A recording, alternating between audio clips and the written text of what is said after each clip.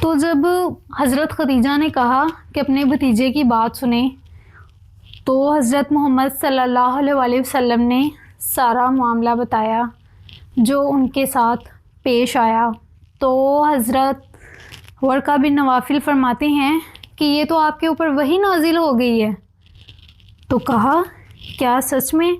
تو ورقہ بن نوافل کہتے کہ اگر میں آپ کے دور میں زندہ رہا تو میں آپ کا ساتھ دوں گا یہاں تک کہ لوگ آپ کو نکال دیں۔ تو نبی کریم صلی اللہ علیہ وسلم نے فرمایا کیا مجھے لوگ نکال دیں گے؟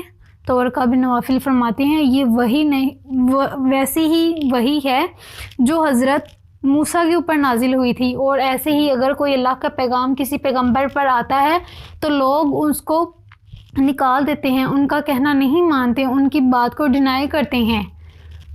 تو ایک دن آئے گا کہ آپ کو لوگ نکال دیں گے۔